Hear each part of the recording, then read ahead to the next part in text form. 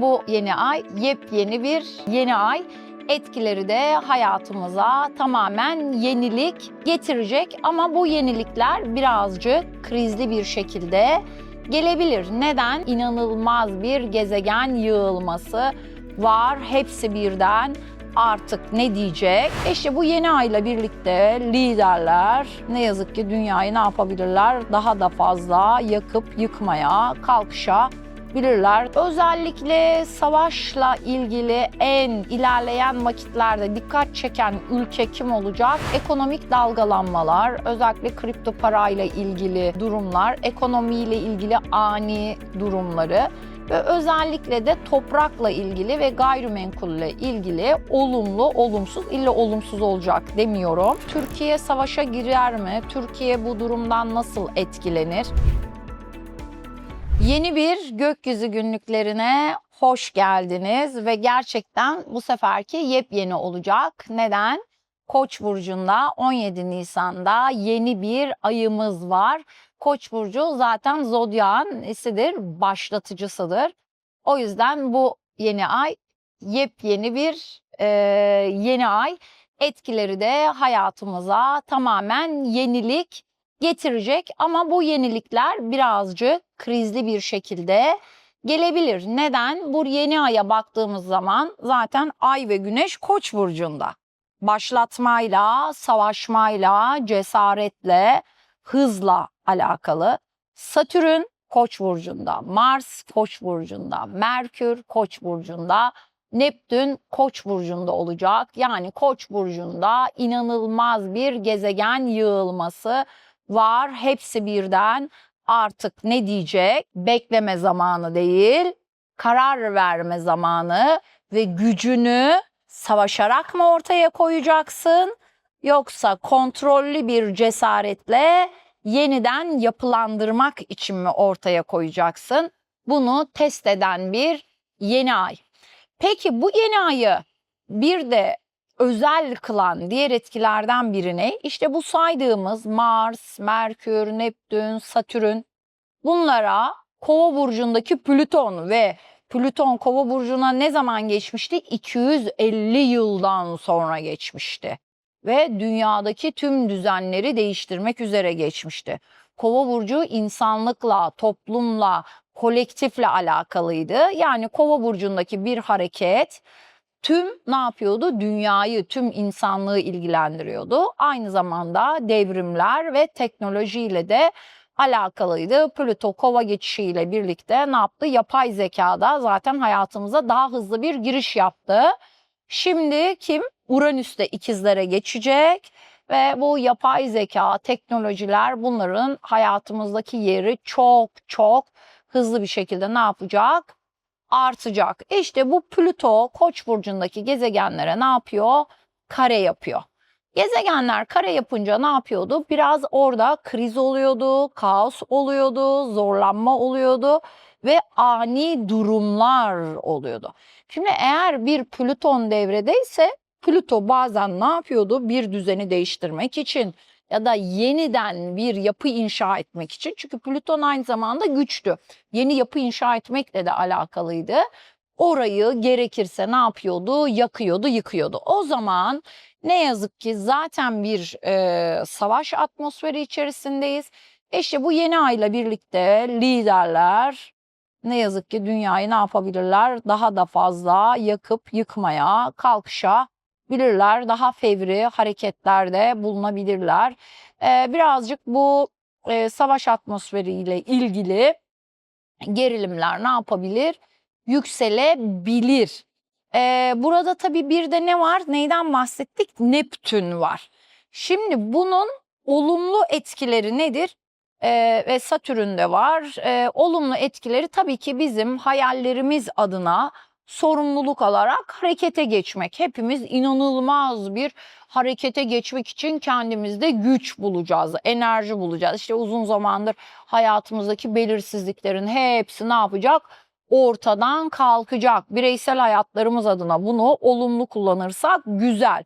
Fakat olumsuz yönde bu dünyadaki savaş seyriyle ilgili ise bize astrolojik olarak anlattığı nedir derseniz. Evet, Neptün'ün buradaki etkisi biraz görünmeyen riskler, biyolojik riskler ve gizli sızıntılar ve yine kimyasal sızıntılarla ilgili. İşte Neptün'ün buradaki bu gölge enerjisi bu şekilde çalışabilir ve yine bu Neptün etkisiyle arka planda gizli ilerleyen süreçler, gizli anlaşmalarda ne yapabilir?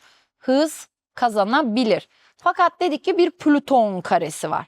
İşte bu Plüton karesi aynı zamanda ne yapacak? Bu gizli anlaşmaları arka planda gizli bir şekilde aslında savaşa müdahil olan ülkeleri ya da işte destekleyen ülkeleri ne yapacak? Ortaya çıkaracak. Özellikle de kimi ortaya çıkaracak?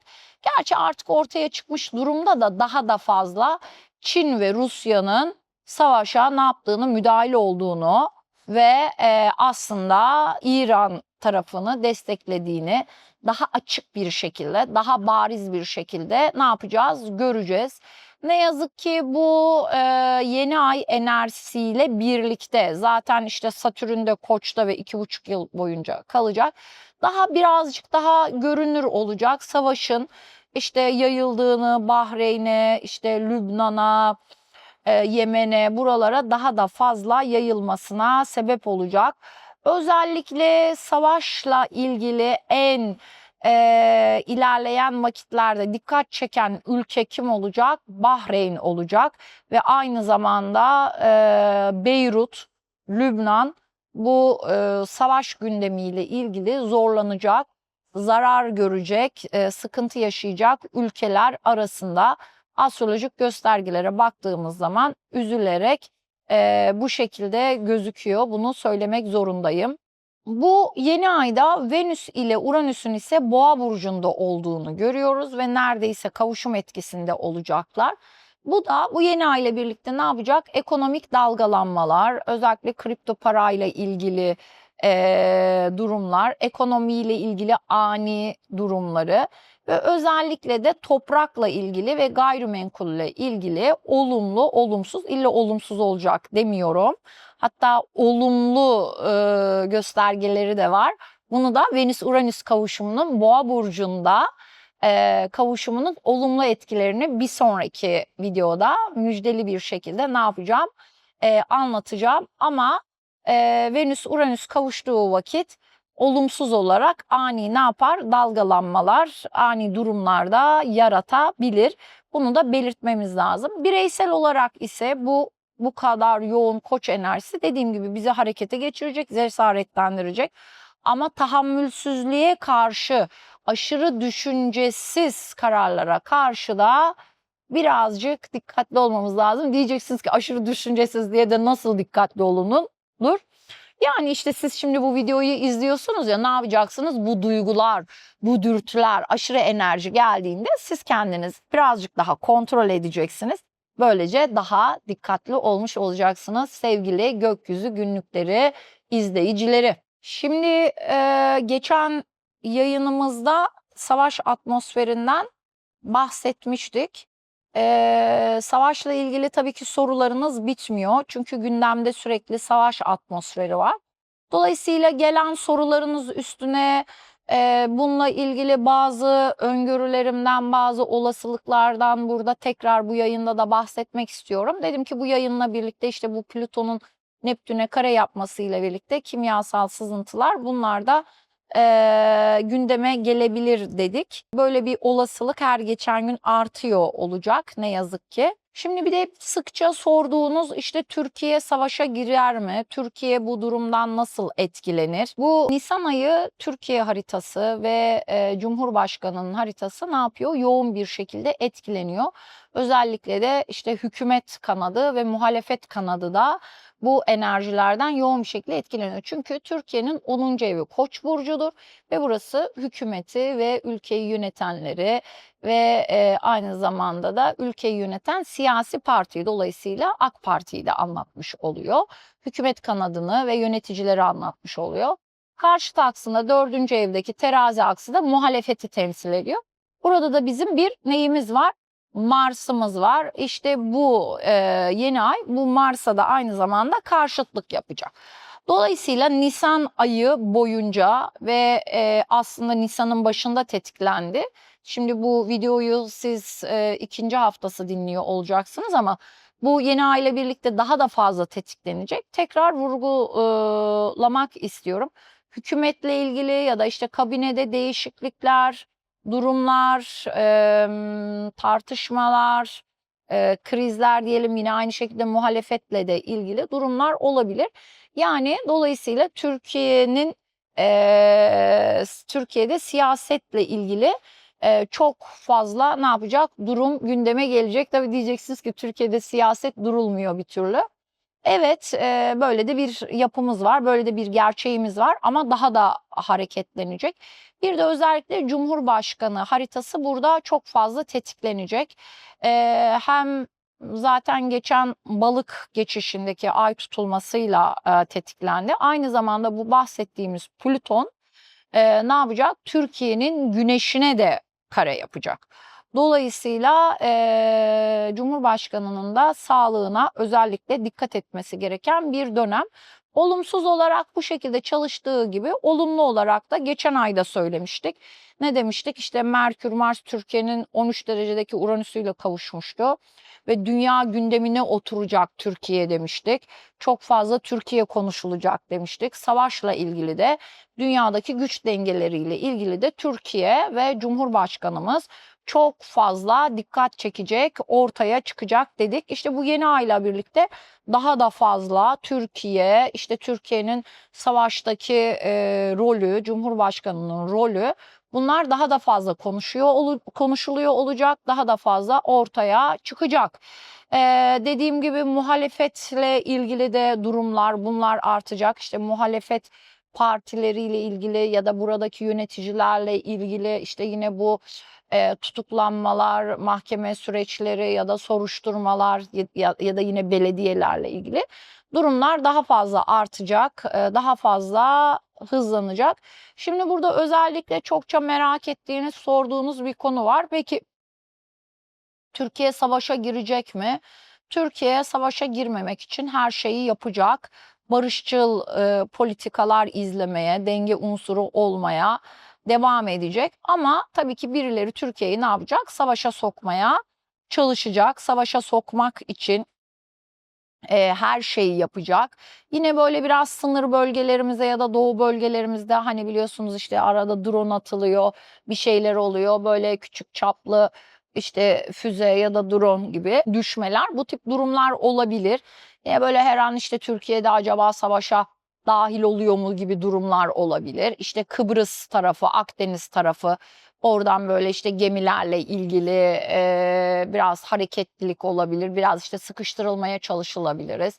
Yine Yunanistan tarafından biraz sıkıştırılmaya çalışabiliriz.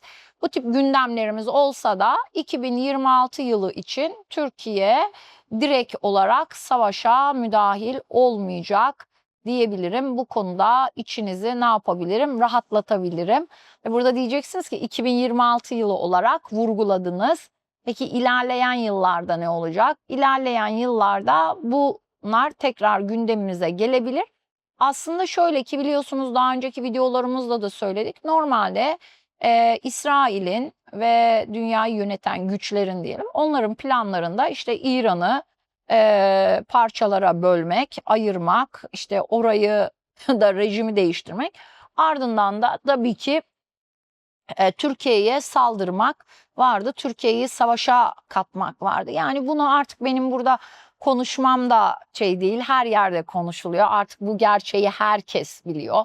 Kendileri de aşikar bir şekilde söylüyorlar. Kendileri de aşikar bir şekilde söylüyorlar. Dolayısıyla onların planlarında Türkiye'yi bu yıl Kıbrıs ve Yunanistan üstünden sıkıştırıp işte işgal etme, savaşa dahil etme ve zora sokma, ardından da Güneydoğu ve Doğu bölgelerinden de bir hareketlilik vardı. Fakat bu planları değişmedi. Bu olasılıkları ya da bunlarla ilgili çalışmaları halen var. Fakat İran'ın, işte bir önceki yayınımızda da bahsettik, ilahi hiyerarşinin müdahalesiyle Şu an İran'da istedikleri neticeyi alamadıkları için, orada durum uzadığı için aslında bu uzama ve bir nevi söyleyebilirim ki Türkiye'nin özellikle korunmasını sağladı. Şu an Türkiye için bu çok olumlu bir durum. Hatta neredeyse burada İran'la birlikte Türkiye'de ilahi korumanın etkisi altında diyebilirim.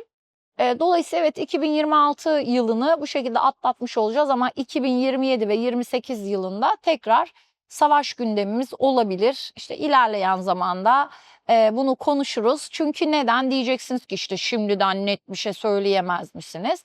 Biliyorsunuz kader yaşayan canlı bir organizma. Gezegenlerin hareketlerini biz okumaya çalışıyoruz. Ama gezegenlerle birlikte sabit yıldızların da etkileri var. Ezoterik durumlar da var. Bir de biraz önce ne söyledik?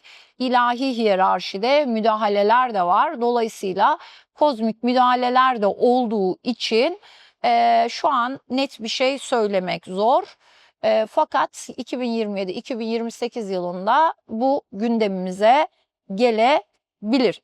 Yine Türkiye ile ilgili özellikle Türkiye'deki siyasilerle ilgili sıkça sorduğunuz bazı sorular var. Aklıma gelmişken onlara da cevap vermek istiyorum. Biliyorsunuz bir barış sürecimiz var.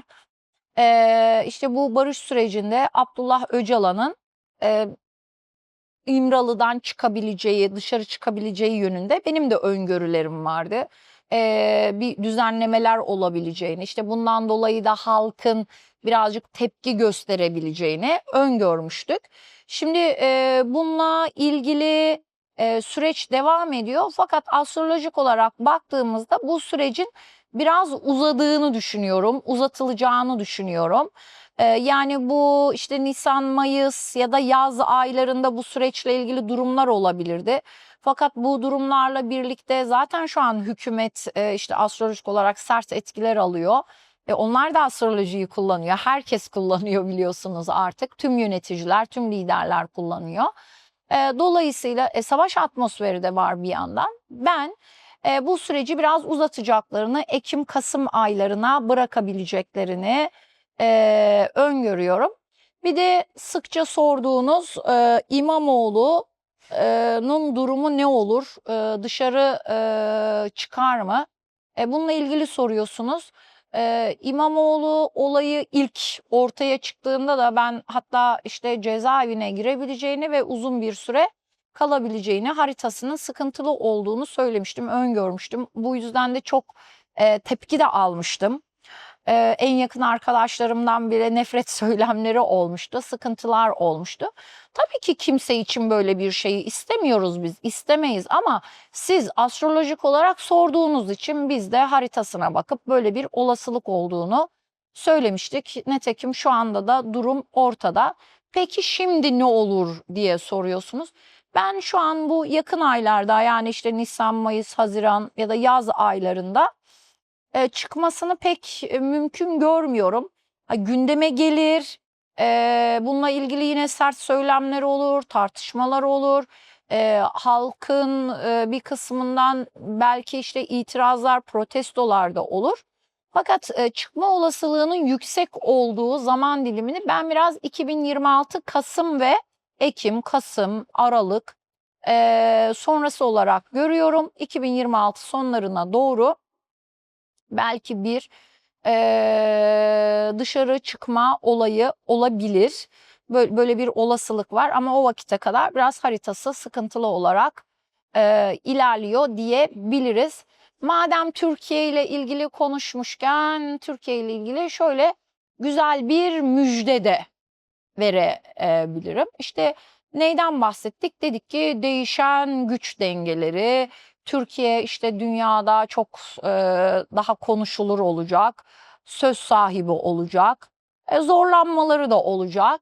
Ama şöyle bir müjde verebiliriz ki bütün bu gelişmelerle birlikte Türkiye'nin ekonomik olarak biliyorsunuz 2026 Haziran ayı itibariyle artık güçleneceğini öngörmüştük. Tabii ki bu birdenbire olmayacak ama Jüpiter Aslan geçişiyle Türkiye'nin ikinci evi, maddi manevi değerler evi hareketlenecek, bolluk berekete kavuşacak ve bununla birlikte işte hükümet özellikle işte halka teşvik edici bir takım işte uygulamalar, mesela işte emlakta belki değişkenlik olmayabilir ama konut yardımı gibi ya da vergiyle ilgili ya da bir takım sosyal yardımlar aracılığıyla böyle bir yardımlar, esnetmeler, böyle bir rahatlatma politikaları, bir takım politikalarda ya da yumuşamalar, bunları yavaş yavaş görüyor olacağız.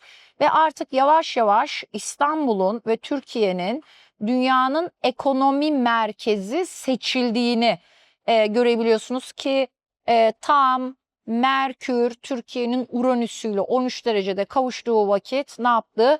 Dünya ekonomisini yöneten çok ünlü bir kişi geldi ve Cumhurbaşkanımızla konuştu. Herkes dedi ki neler oluyor? İşte bu görüşmenin ardından ben Türkiye'nin ekonomik olarak artık dünya merkezi seçildiğini öngörüyorum.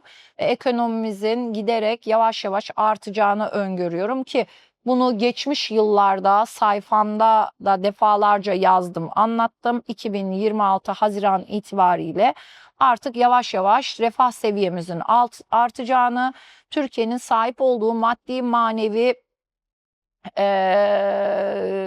güçlerin, değerlerin, işte rezervlerin, özellikle yer altındaki altın kaynaklarının bunların halk için kullanılacağını ve refah seviyemizin giderek artıp ki ekonomik olarak gerçekten hepimiz çok bunaldık, hepimiz çok zorlandık, birçoğumuz çok acılar çektik. Artık bu acıların yavaş yavaş son bulacağını, hatta 2030 yılı itibariyle dünyadaki en refah seviyesi en yüksek ülkelerden biri olacağını biliyorsunuz, söylemiştim sayfamda, başka yayınlarda. Hatta şöyle bir iddiam vardı: 2030 yılı geldiğinde birçok insan Türk vatandaşı olmak isteyecek. Bu müjdeleri de madem bu Koç yeni ayı enerjisiyle birlikte size vermiş olalım. Tabii Türkiye'yi söylemişken burada Avrupa'da da çok Türkler var. Sizler de Avrupa'yı özellikle çok soruyorsunuz. Şimdi Avrupa Birliği dağılabilir. Avrupa'nın astrolojik olarak giderek gücü zayıflıyor, zorlanmaları artıyor. Hatta 2027 yılı itibariyle Avrupa'da ekonomi bayağı zorlanacak. 2027 sonrası Avrupa'daki ekonomi Türkiye'dekinden daha zor, daha sorunlu, daha sıkıntılı bir duruma düşebilir. Hem bundan dolayı hem işte iklim dolayısıyla oradan Avrupa'dan Türkiye'ye göçler olabilir, göçler başlayabilir. Ama bu illa herkes göç edecek, işte Avrupa yaşanmaz hale gelecek demek değil. Herkes durumuna göre bakacak, ona göre hareket edecek. Orada da bireysel danışmanlık almanızı tavsiye edebilirim. Çünkü bireysel olarak kimimiz için belki Avrupa'daki ülkeler daha iyi, kimimiz için belki Türkiye daha iyi olacak ama genel konjüktüre baktığımızda Türkiye her yönden daha güçleniyor olacak ekonomik anlamda da. Dolayısıyla biliyorsunuz hep söylüyordum, Avrupa'dan göçler olacak. Bizim oradaki Türk vatandaşlarımızın göç etmesi gibi oradaki kendi halkının da göç etme durumları ne yapabilir? Olabilir. Tabii bununla ilgili de özellikle ne zaman? 2028, 29, 30. Burada da biraz iklim kaynaklı, suların işte yükselmesi kaynaklı, dünyadaki bir takım krizler kaynaklı Avrupa'dan da göçler olabilir. Yani ben şimdi işte oradan soran özellikle Türk vatandaşları işte yani tamamen hayat duracak ya da zorlaşacak demiyorum. Öyle bir şey yok. Ama orada biliyorsunuz çok bir düzen var. Refah seviyesi yüksek. Ama bununla ilgili sorunlar çıkabilir. Bir yandan zaten hemen hemen orada yaşayan birçok Türk vatandaşının Türkiye'de de yeri, yurdu, toprağı var. Olmayanlar da şimdiden ne olur ne olmaz diye işte önlemini alabilir, tedbirli davranabilir. Burada da bir taraftan ne yapabilir? Düzen, dünya gündemi ve Türkiye gündemi oldukça hareketli. Ama tabii ki ne olursa olsun biliyorsunuz ne diyoruz? Savaş da olsa, yangın da çıksa hayatta kalmamız lazım. Dünya ile barışık yaşamamız lazım. Bunun için de bireysel hayatlarımız çok önemli. Peki bu kadar Koç burcundaki gezegen yığılması ve bu yeni ay bireysel hayatlarımızda yükselen burçlara göre hangi alanlarda etki gösterecek?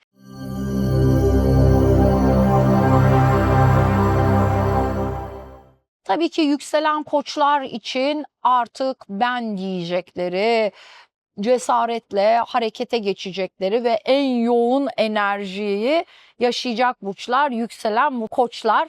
Böyle bir dönem. Yükselen boğalar için bu kadar gezegen hareketi 12. evlerinde olacak. Onlar birazcık daha ruhsal dengelerini korumaya çalışacaklar. Psikolojikman biraz zorlanacakları, içsel olarak kendileriyle çatışmalar yaşayabilecekleri, bu enerjileri yönetmeleri gerekebilecek bir süreç diyebilirim. O yüzden yükselen boğalar ruhsal sağlığımıza dikkat ediyoruz. Boğalar sabırlıdır ama bu kadar koç enerjisi birazcık sinirlerimizi zıplatabilir. Dikkatli de olalım.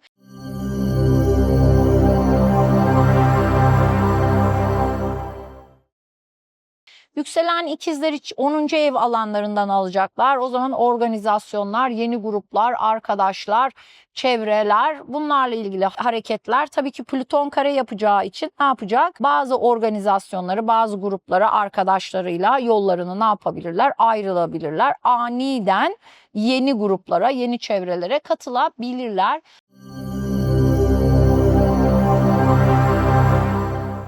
Yükselen yengeçler bu yeni aydan en yüksek etkiyi alacak gruplardan. Neden? 10. ev alanında, yani kariyer alanında, sosyal statü alanlarında yaşayacaklar. Terfi de alabilirler.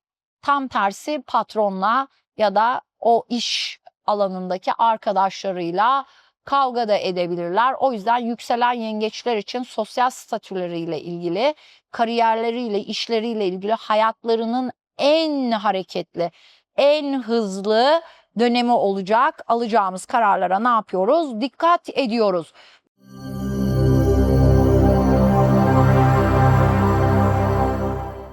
Yükselen aslanlar 9. ev alanı, yani mahkemeler, vize başvuruları ve aynı zamanda tabii ki yurt dışı konuları, üniversite konuları, bunlarla ilgili hareketlenmelerin olacağı bir dönem olacak yükselen aslanlar için bu yeni ayla birlikte.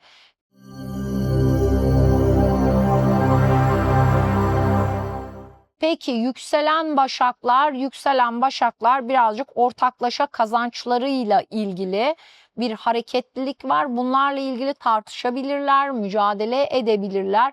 Bunlarla ilgili ani durumlar olabilir. Ama bu krizleri iyi yönetirlerse, mücadele ederlerse ortaklaşa kazançlardan ya da ortaklıklardan ya da eşlerinden gelecek ya da miras da olabilir bu. Alacaklarıyla ilgili ne yapabilirler? Olumlu bir dönem olur. Tam tersi, eğer bireysel haritanızda sert etkiler alıyorsanız geçmiş borçlar ya da vergiler, cezalar, bunlar da gündeme gelebilir sevgili yükselen başaklar.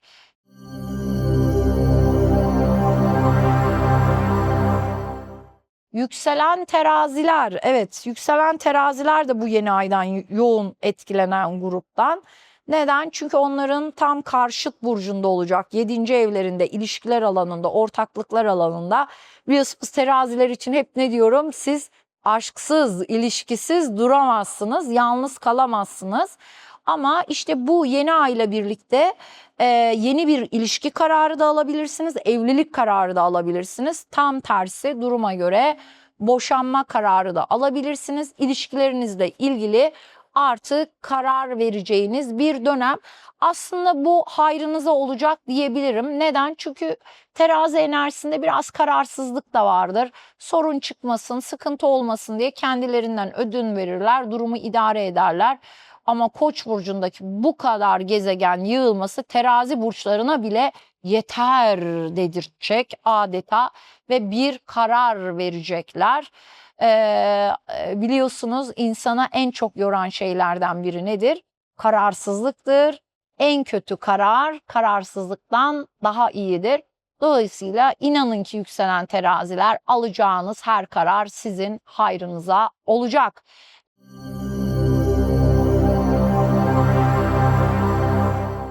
Evet, yükselen akrepler birazcık günlük hayatları, işte spor, beslenme bu alanlarda disiplini olmaya çalışabilirler. Oldukça hareketli olacak iş hayatları, günlük düzenleri, rutinleri.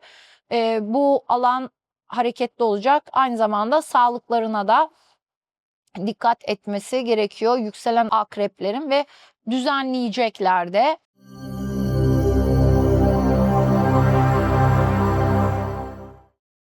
Ardından geliyoruz yükselen yaylar. Yükselen yaylar bu yeni ayı nereden alacaklar? 5. evlerinden.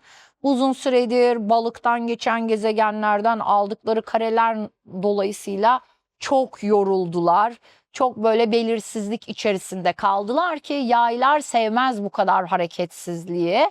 İşte şimdi bu Koç yeni ayı ile birlikte o bekledikleri hareket, bereket hayatlarına gelecek. Çocuklarıyla ilgili kararlar alabilirler ve aşk hayatlarında da bir hareketlenme olacak ve uzun süredir beklettikleri yaratıcı projeleri de ne yapacaklar? Sahneye koyacaklar. Artık yükselen yaylar için o özellikle 2,5 yıldır Satürn balığın yarattığı baskıdan kurtulup sahne alma zamanı diyebiliriz.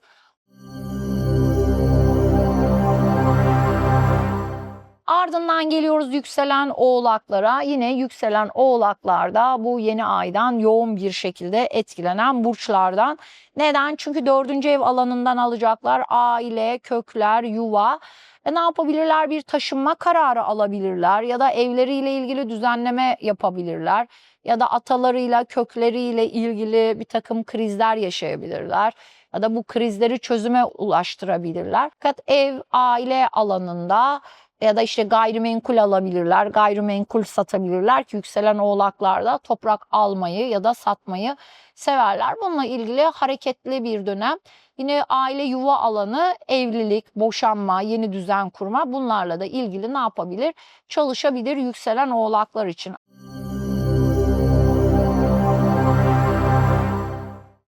Yükselen kovalar için 3. ev alanları çok aktif olacak. Yakın mesafe seyahatler, yeni araç alım satımı olabilir, yeni bir eğitime başlayabilirler ya da birazcık iletişimde krizler de yaşayabilirler. Yükselen kovalar zaten teknolojiyi kullanmayı çok seviyor. Bu teknolojiyi kullanmayla ilgili hayatlarında yenilikler ya da daha hızlanmada ne yapabilirler? Yapabilir. Arkadaşları, kardeşleri de gündeme gelecek yükselen kovalar için. Yükselen balıklar belki de bu yeni ayın en şanslı burcu yükselen balıklar olabilir. Bir süredir biliyorsunuz yükselen balıklar için hep şanslı diyorum. Şimdi de yine şanslı diyeceğim. Neden? Çünkü para evinizde, maddi manevi kazançlar evinizde olacak bu kadar gezegen yığılması.